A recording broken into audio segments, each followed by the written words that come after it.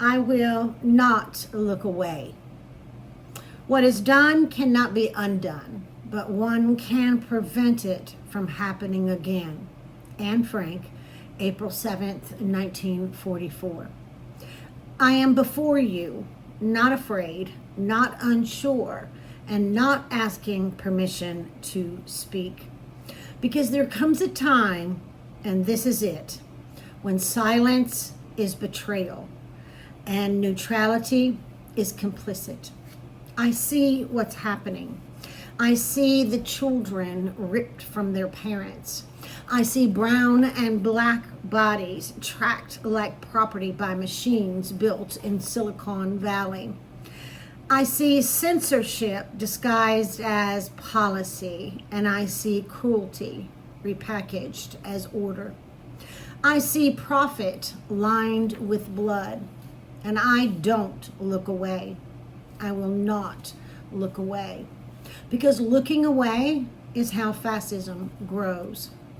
Today's tech giants, the investors, the engineers, the founders, they say that they're just innovators, just builders, just visionaries. But let me tell you, that's exactly what the Nazis said too. Primo Levi, he was a survivor of the most notorious concentration camp. He was also a chemist and a witness, and he told us, monsters exist, but there are too few in number to be truly dangerous.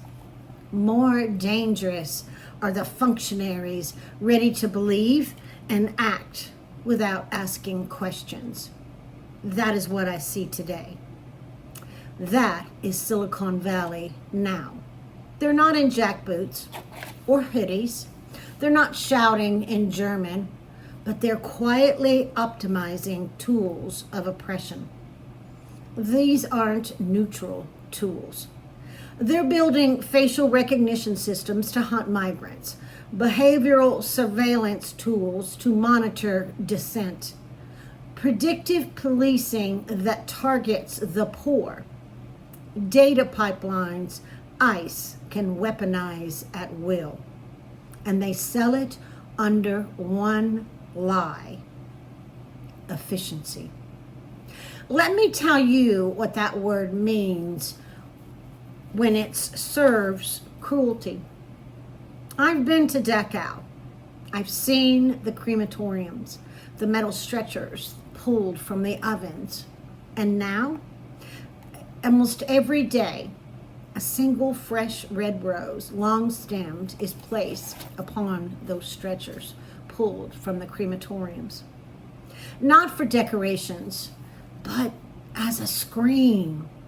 The red is so vivid, it's loud, and it seeps into your soul like smoke from a fire that never goes out. It reminds you this happened, and people looked away.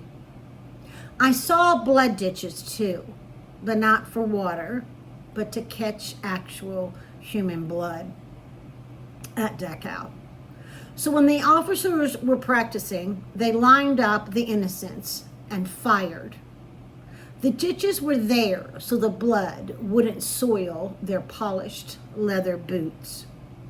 That's the optimization that's what optimization looked like under evil.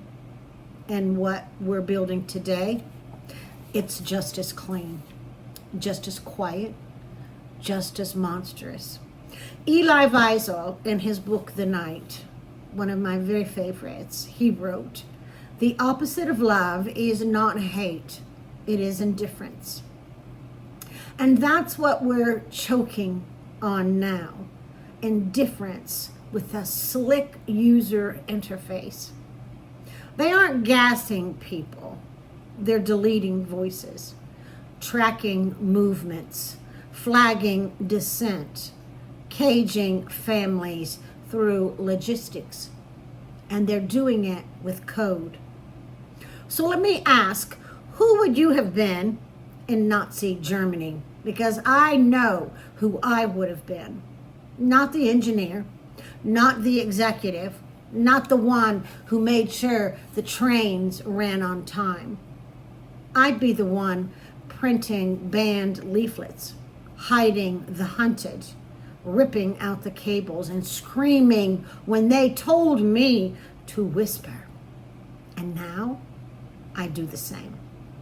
Because I will not be part of the next blood ditch.